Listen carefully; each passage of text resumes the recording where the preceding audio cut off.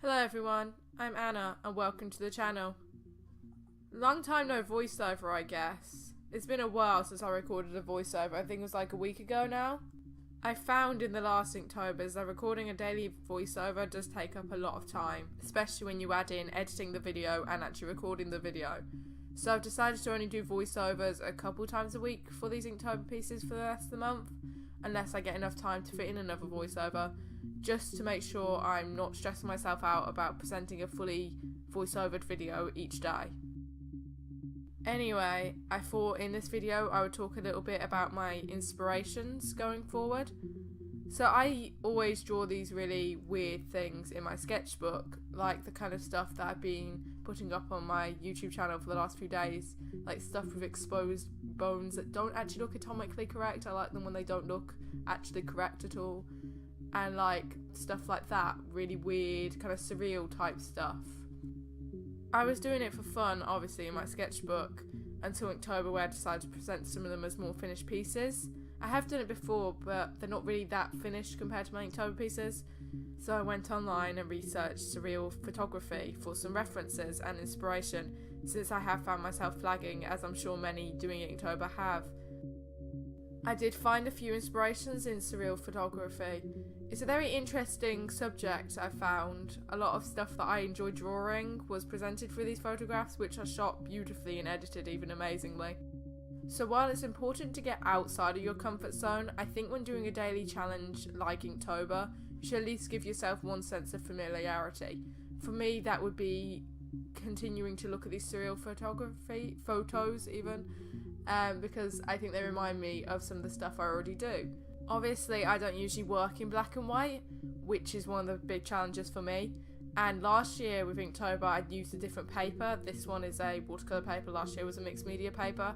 So even that's a bit of a challenge, since I really like this paper that I'm using and I really don't want to create any rubbish pieces on it, because it's like really nice. So those two are like my challenges for Inktober, along with the daily uploads and drawings.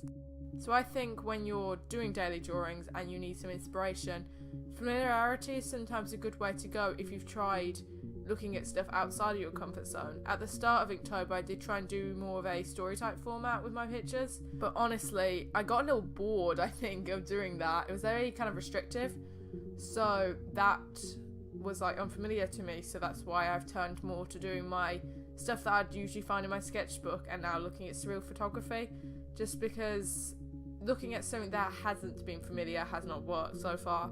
So looking towards more familiar subjects hopefully will be better.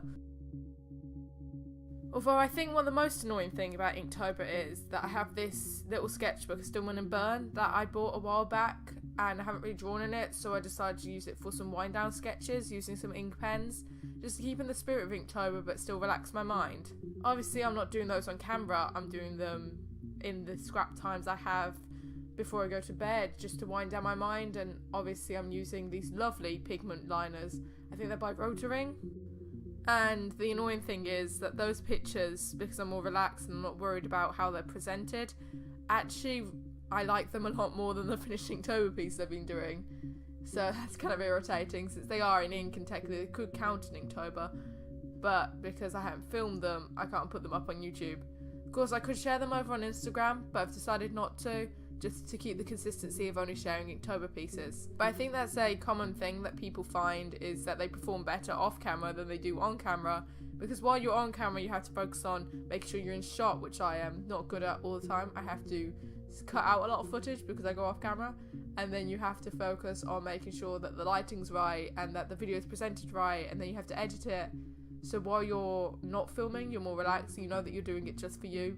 Your art tends to be a little better, I think. Anyway, I think my voice is going a bit. I've got a bit of a sore throat. So I'll see you all in the next video, which will be tomorrow. Maybe it'll be voiceovered. It's meant to be voiceovered, but I don't know if I'll get enough time.